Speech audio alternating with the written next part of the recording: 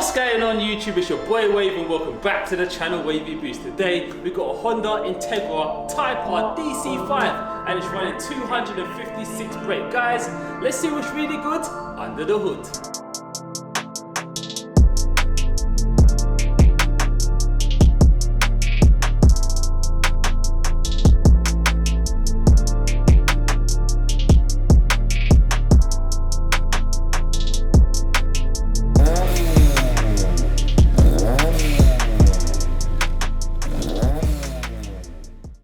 Welcome Lee to the channel, thanks for coming down and thanks for bringing your DC5 down. So we're going to start in the engine bay. Could you just tell us what's going on?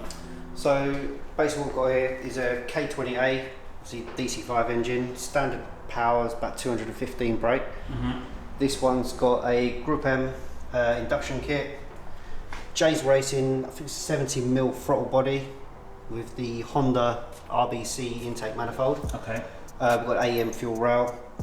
Inside the engine we've got Toda cams and then a solid fabrication exhaust system, and it's been dynoed at 256 brake, so it goes pretty well. Okay, and what was it standard come out the factory with? Standard these are 215, okay. So it's not a massive increase, but it makes quite a big difference. Indeed. And we was talking off camera about the headlights. That's actually lacquered tint on the headlights. So when I had the bodywork done, we wanted to go for something a little bit different. The original headlights needed refreshing. Yeah. So we went for a tinted lacquer on the headlights just to give it a little slight difference to the normal. Yeah, no, I actually like the look of it. To be fair, I thought it was actually a film.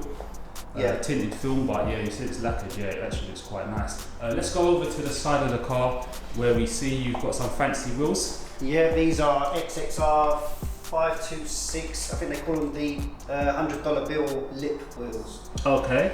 I wanted to go something different on this car and give it sort of like the American style look. Yeah. With the deep dish wheels. They're too wide for the car really. They're 9-inch wide, offset 35. Need to sort the tyres out, get some wider tyres now. These tyres were on yeah, they were on just so that it would fit the original arches previously. Okay, and what about the brake setup? Brake setup is Dixel ES brake pads. I think it's PBS discs, and the Brembo calipers are standard DC5. Okay, yeah. 4 pots? Yeah, 4 pots at the front, just single pot at the rear. Okay, cool. And the suspension? Suspension is currently on yellow speed. I think a 33-point damper adjustment. Only been on for a couple of weeks. There's a long story behind that, but basically, yeah. What did you have on before? I had Meister R suspension, which was really good, but just needed to drop the front a little bit more after I had the body kit fitted. So I went for the yellow speeds just to give it that nicer ride height. Yeah, we're actually going to get to the body kit in a moment, guys, but let's just head over to the back of the car. Exhaust setup. This is custom. Yeah, this is a solid fabrications exhaust. Yeah. Manifold, like custom manifold, straight through to the back pipe. And the actual lower rear diffuser? It's a Mugen replica rear diffuser. With mine fitted on a fog light, custom. Right, that's cool. That's cool. And if you head into the inside of the vehicle, you've got a custom steering wheel. Yeah, this is a carbon My Ride custom. I think they build them off of the original DC5 steering wheel, but basically customise them to your sort of spec. It's a very, very clean car actually. And as we said, it's a DC5 with a special body kit on it. Talk to us about what's going on with the body kit. Right, the body kit is a mishmash, all bits and pieces that I liked and wanted to have it. I didn't want the car to be over the top. Yeah. I wanted to sort of still look normalish, but with a slight twist. So I've got the valve side bonnet. Yeah. Which is a genuine item. Is that where are they based? Sorry. They're I think based mainly in Japan, but I think they have quite a big following in development in America as well. Okay, let's close the bonnet down quickly just so we can see the.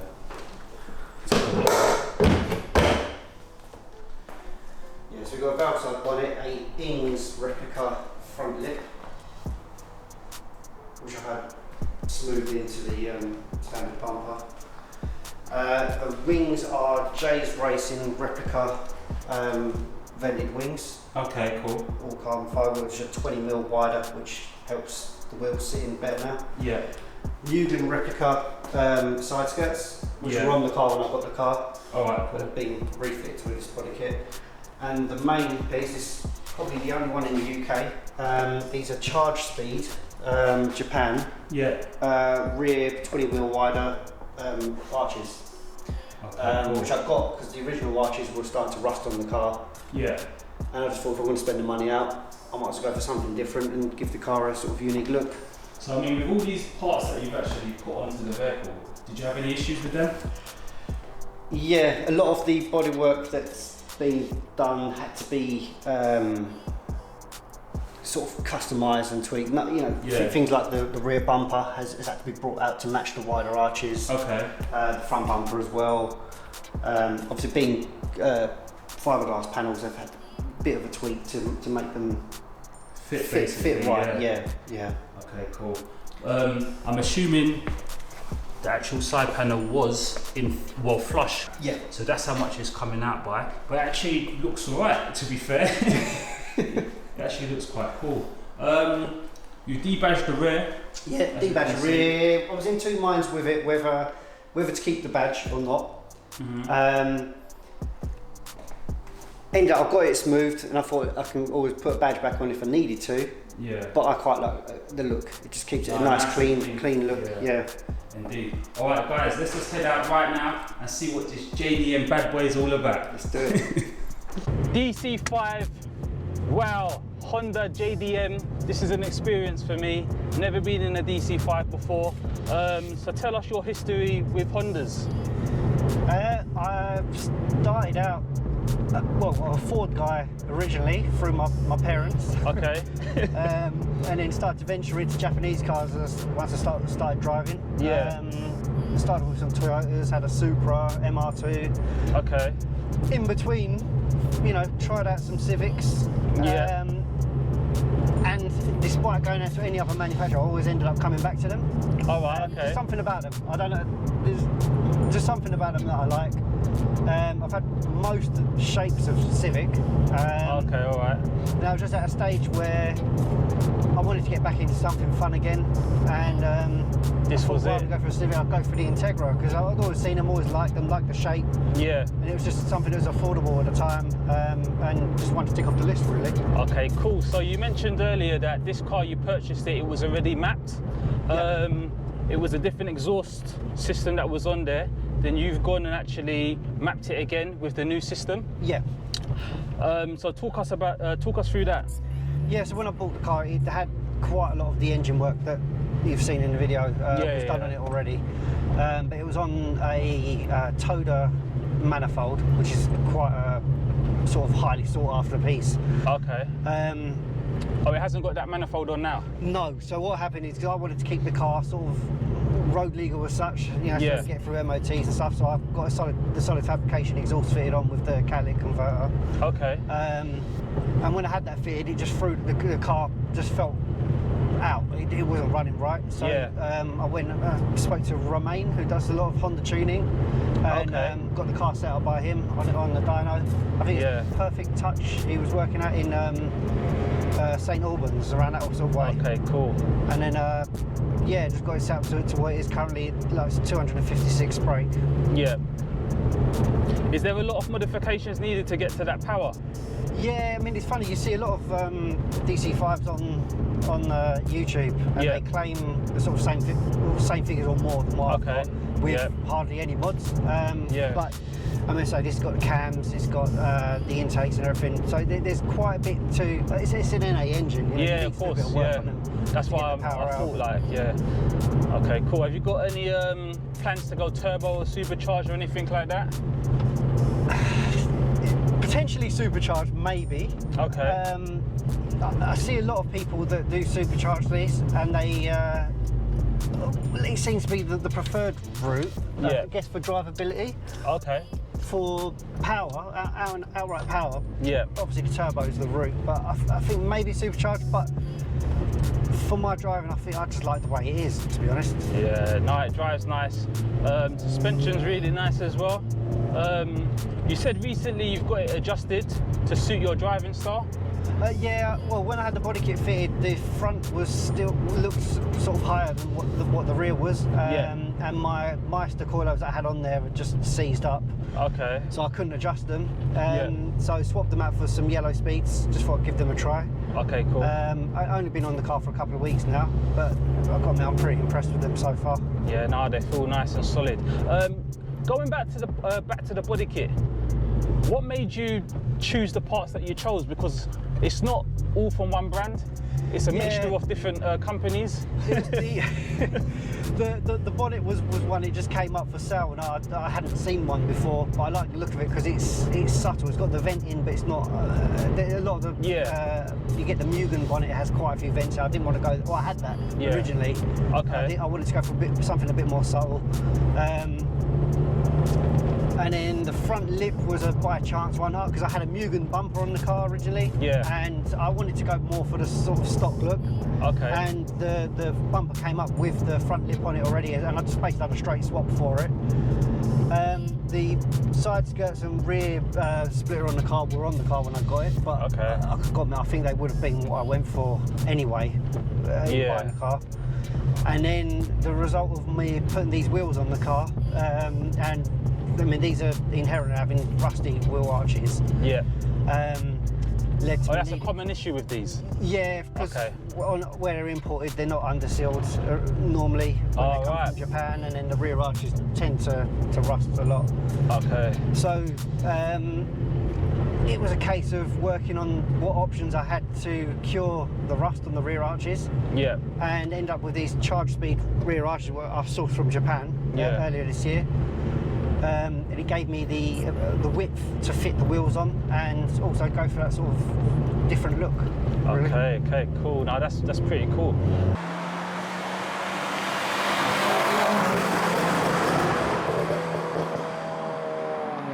Okay, so you mentioned earlier this car has actually been on track. What tracks has this car blessed? I've personally taken it on Brands Hatch a couple of times. Okay, cool. And Liddon Hill. Right, yeah. I let the car down. The car outperforms me. I'm not going to claim to be no racing driver, but it's amazing on track. Does it perform all right there, basically, yeah? Yeah, I mean, initially when I first took it out, the bushes were worn on the car, but I didn't realise. And my first sort of outing in the car was a bit of a disappointment. Yeah. I ended up spinning because just basically the suspension was doing its own thing, and I was trying to do something else. So then I had all Super Pro bushes fitted and the Meister R coilovers originally. Took it back to the track, and it was a different animal kind of thing. All right, okay, cool. So I want to know something. This is JDM heaven for me. Never been in one of these. What's it like when the VTEC kicks in? It goes. Because you know there's always been this discussion about the Hondas being the lawnmowers and whatnot.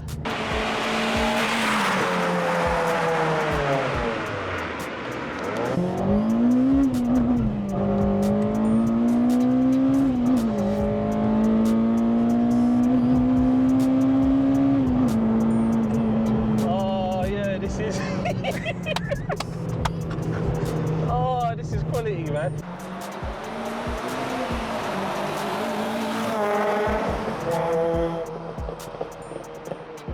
You know what, this is the thing I was saying to someone else as well. You don't have to have the fastest car to have fun in a car. No. And this is what people need to really understand. It's not about, oh yeah, I've got 1,000 brake, my car's quicker than yours. Yeah, but where are you going to use it? Yeah, and that's the whole thing when a lot of people say you've got to supercharge it, you're going to turbocharge it. It's like, you don't need it, you know what I mean? That's fun as it is. This is fun.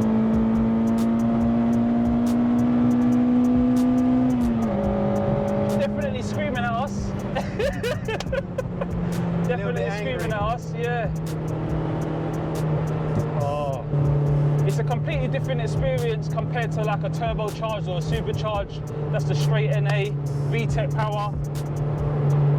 Yeah, I mean the way this is tuned as well, often hear people talk about the VTEC kick. Okay, yep. The way this is tuned, it's kind of lost the VTEC kick because it's blended into the way it delivers the power. Yeah. So it just drives like a...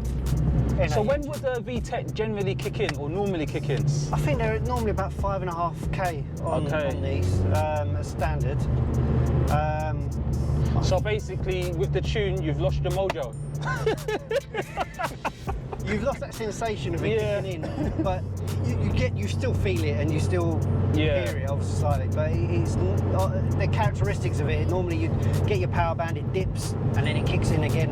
Okay. This just doesn't have that. Do you miss it? No. No. Oh, VTEC power.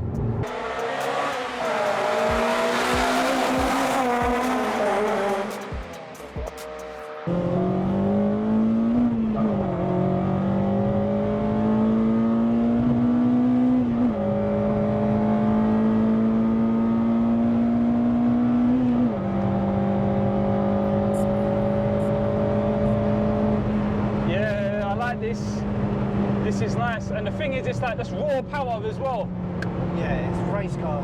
Definitely. 100% around the B roads, you're gonna have total fun with this.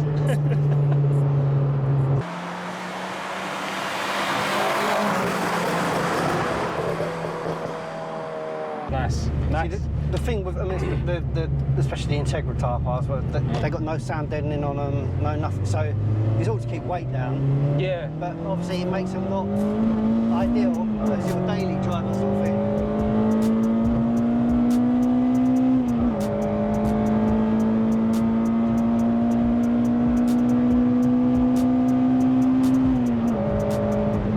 That sound, man. Yeah, nothing's beating this car for sound, man, for sure. Oh, God. Oh, pops and bangs. Natural as well. Yeah.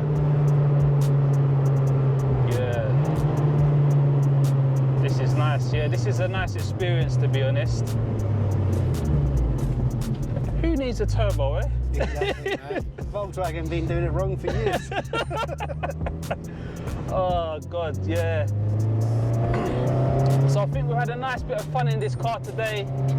Lee, thanks for coming down. Yeah, thanks for having me. Indeed, it's been a pleasure to have you on the channel. Is there anyone you would like to plug? Yeah, it's got a shout out to R2 Automotive for all the mechanical work they've helped me do. Okay. And Baseline Finishes, who done basically all the body work. All right, cool. Big shout out to Dennis from Baseline. Right. Yeah, and just LRD tuning, that's me. Indeed. So guys, if you want any tuning and you're around the Bexley area, hit up LRD Tuning. We're gonna wrap it up there. Make sure that you like, comment, share and subscribe. It's your boy Wavy, and until next time, I'm out.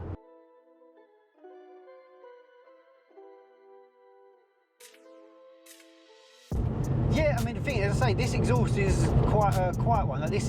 I've got this. This is a quiet exhaust. Yeah, this is track compliant. Like for, brands actually. Yeah, the decibels. Yeah. And this passes it. Wow, that's... But I think it's the Group M. It's the intake noise. Okay. So this is like a race car. Yeah, these are a race car for the road. You know, like in that sense. Yeah. But that's what people like you were saying about the whole tractor, blah blah blah blah blah, no torque and all that. Yeah. We don't need it. You know what? No, this to be honest, this is my first time in one of these. To be fair. Yeah. So it's one of those things you don't know what to expect. Yeah. So yeah, this is nice. Earlier you was actually you did mention that you actually do a bit of tuning on the side. Yeah, so I sort of run a company called LRD Tuning. Okay. Been doing it since about 2011. Yep. Just sort of like your general stage 1, stage 2 remaps, like OBD remaps. Okay. And where are you based for that? Based in Bexley, basically work from home. Alright, cool. Occasionally do visiting tunes, but generally work from home nowadays. Alright, and what type of cars are you covering? Do all sorts. So anything basically with an OBD port.